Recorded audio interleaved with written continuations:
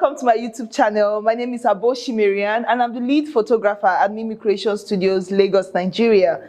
I want to say thank you to all my existing subscribers. Thank you for turning on your notification, for liking my videos, for dropping comments. All of this means a lot to us here at Mimi Creation Studios, and I want to say thank you. Thank you so much. I appreciate you all. For those of you who have not subscribed, please go and subscribe to that channel. Turn on your notification, say hi once in a while, and all of this is just to encourage us to do better and do more. Thank you so much. Today, I'm going to be taking you through 10 things that you need to know as a newborn photographer. Sit tight and watch. Thank you. Mwah.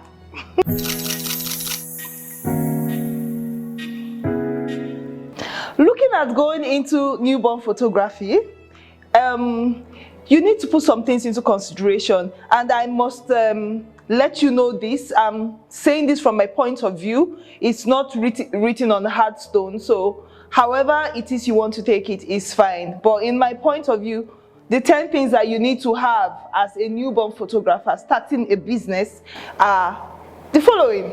So first of all, obviously you need your camera. Yes, so this is my camera here. If you are not a photographer already and you want to start photography and you want to start as a newborn photographer, definitely you need your camera, because that is what you are going to be taking pictures with. Secondly, you need to have your lenses. So these are my two choice lenses for newborn photography. I use the 85mm, the 85mm lens 1.8, and I use the 70 to 200mm 2.8 lenses. My reasons are because I want, all that compression going on with the images. I wouldn't do a 50mm because it's a 50mm kind of gives you the normal view as your eye will have it.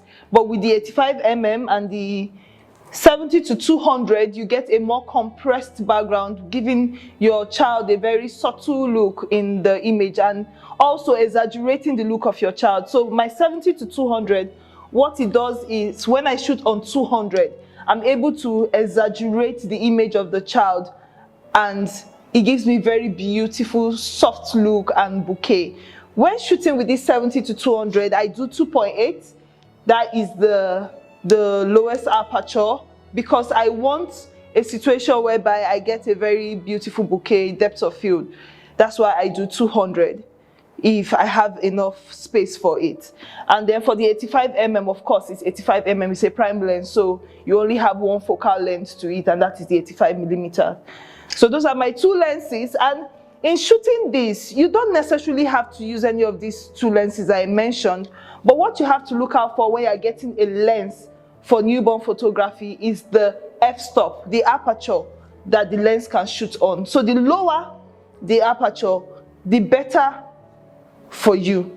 So if you have a 1.2 lens, beautiful. If you have a 1.4 lens, a 1.8 lens, you're good to go with your newborn photography. You cannot buy a lens and that starts from probably 5.6 f-stop if you want to shoot newborn photography, because you want that soft edge on your baby skin and you want that beautiful soft bouquet that you can get, making your baby photography very unique, soft and appealing to your audience. Thirdly, it's on the camera already. So as you can see, my camera has a strap.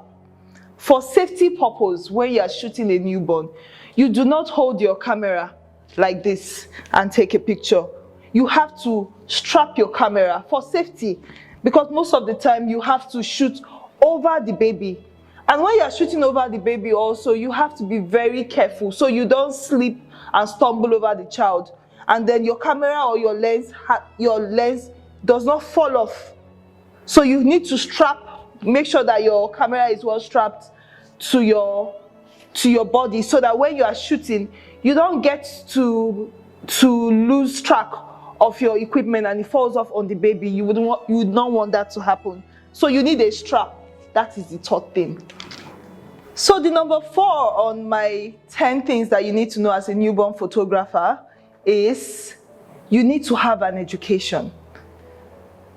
So, this whole tip that I'm giving, I'm not giving it in any special order. So anyone can come first. It's not in an order of priority. So if I want to prioritize, I'll probably say education first because it is key in shooting newborn. When I say education, I'm talking about learning about shooting newborn photography.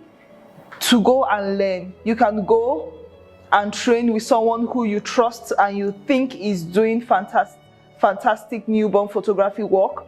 You can learn online. You can go and intern with an already established newborn photography studio. But that education is very key. You cannot take it out. I cannot overemphasize it. And education is most definitely very necessary. So the fifth thing that I'm going to be talking about is backdrops and props. So I'm going to be dwelling much more on props. Backdrop, we all know what backdrops is. So if you need to tell a story, you need to have backdrops that are telling those stories. For instance, if you want to do a Christmas shoot, you need to have a backdrop that is saying Christmas, a backdrop that is showing the whole Christmas feel. And then for props assist with your backdrop and costume to tell the story you're trying to portray. So I have some props here that can make your pictures come out beautifully. This is a very nice cap that you can wear for your baby.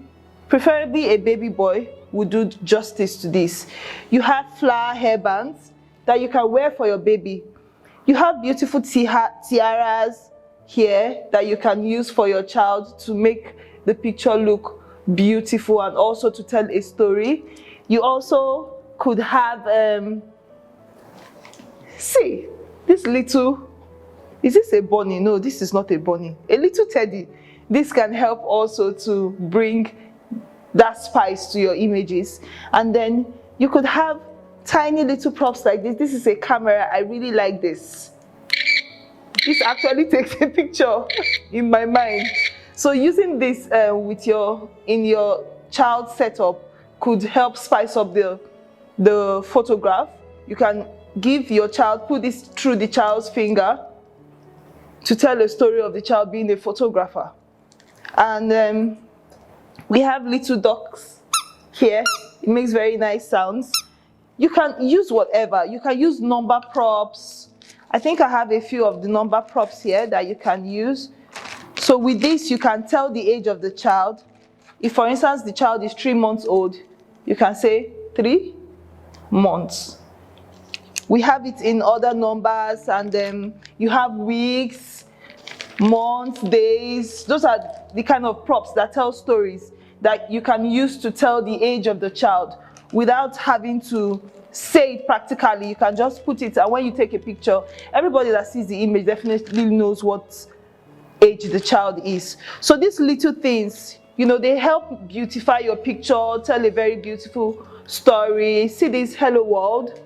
You have this, you are so loved. They are all very cute and touchy ways to reach out to your audience, to reach out to your clients and make their babies feel very special. So that is the role that props and backdrop play in newborn photography. So the number 6 thing I think that you should have as a newborn photographer, or you should put into consideration, is the use of sanitizers during newborn shoots. So you don't want to touch your baby with dirty hands. You need to wash your hands in between shoots. If you don't get the opportunity to wash your hands, you should have a sanitizer nearby that you can use to clean your hand in between shoots before you touch the baby. If you need to touch certain props and go back to hold the baby, you need to sanitize your hand first before you hold the baby, so you don't cause any form of irritation on the baby's skin or any form of infection. Safety, like I said earlier, is very key to newborn photography. Number 7 thing that I need you to know is you need to make use of very soft wraps for your baby photography shoots. You don't use fabrics that would cause any form of irritation on the baby's skin or that will make the baby so uncomfortable. I have an example of a very soft wrap here. This lilac wrap is so soft and cuddly. If you use it to wrap your baby most definitely is going to be very comfortable, and that is what we are looking at. We are looking at your baby's safety, your baby's comfort, so that you don't cause any form of discomfort and reaction on the baby's skin. Number 8, you need a white noise maker. So the white noise maker is an equipment that you can buy.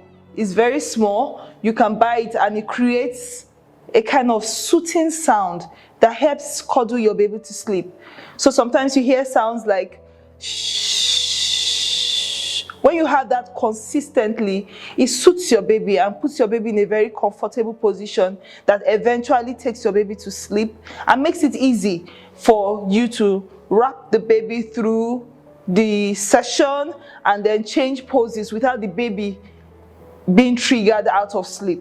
So that white noise application, okay, it could be an app or an equipment. So you could buy the equipment, but for me, I use an app on my phone. So all I need to do is to download. You can go to your app store and download white noise maker.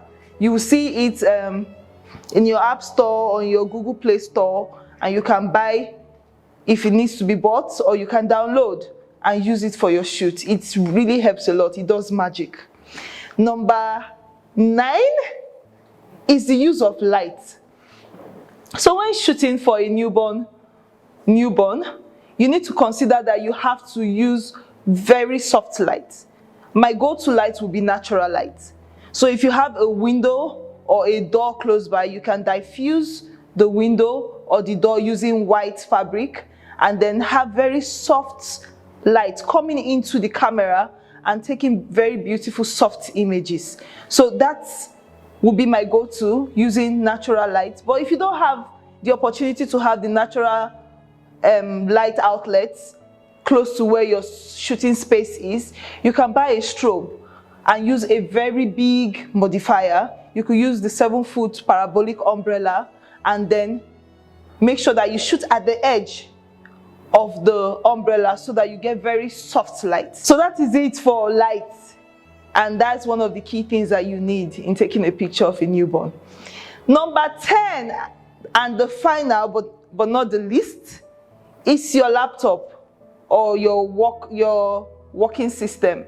So it could be any laptop, it could be any workstation, as long as it affords you the opportunity for you to download your images into them and to edit them and bring out that final beautiful product that you want to give to your clients.